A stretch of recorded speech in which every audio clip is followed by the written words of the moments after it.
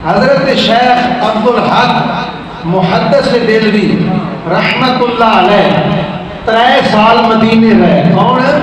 شیخ عبدالحق محدث دہلوی 3 سال مدینے رہے۔ انج رہے کہ رات بھی گزر رہی ہے، دن بھی گزر رہا ہے۔ حضرت شیخ عبدالحق محدث دہلوی ہر لمحہ ہر لحظہ اپنے آقا پہ درود و سلام پڑھ رہے، دن بھی حضور تے درود، شام بھی حضور تے درود پیش کر رہے۔ حضرت شیخ عبدالحق محدث دہلوی حضور کا شیخ، دن بھی درود، رات کو بھی درود، پھر درود کی برکتیں کہ راتوں کو حضور کی زیارتیں بھی روزانہ ہو رہی ہیں۔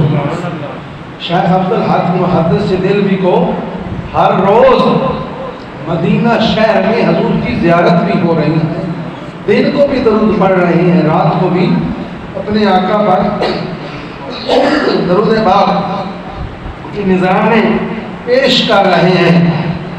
تو پھر ایک دن ایک آدمی نے کہا کہ اے آپ کا شمار بہت بڑے اکابر علماء میں، جو بڑے محدث تھے ان میں آپ کا شمار ہوتا تھا، ایک نام تھا علمی میدان میں شیخ عبدالحق محدث دہلوی رحمت اللہ علیہ کا۔ آپ کو کسی نے کہا کہ آپ اتنے بڑے عالم ہیں، آپ کو اللہ نے بہت علم عطا کیا، آپ کو اللہ نے بہت بڑا عالم بنایا، لہذا آپ اگر مسجد نبوی میں واعظ کریں، تقریر کریں، درس قرآن دیں، درس حدیث دیں، تو ہمارے لیے یہ سعادت ہوگی۔ ہمارے لیے آپ یہاں پہ آئے ہیں، بہت بڑے آپ کا علمی مقام ہے، آپ کا نام ہے، تو آپ یہاں پہ واعظ فرمایا کریں مسجد نبوی میں۔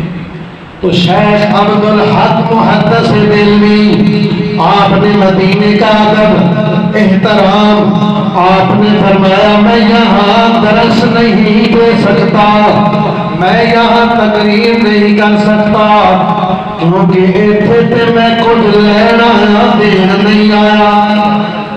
میں اتھوں لین آیا، ایتھے دین نہیں آیا، میں تو یہاں حضور سے کچھ لینے آیا ہوں، یہاں پہ حضور سے برکتیں سمیٹنے آیا۔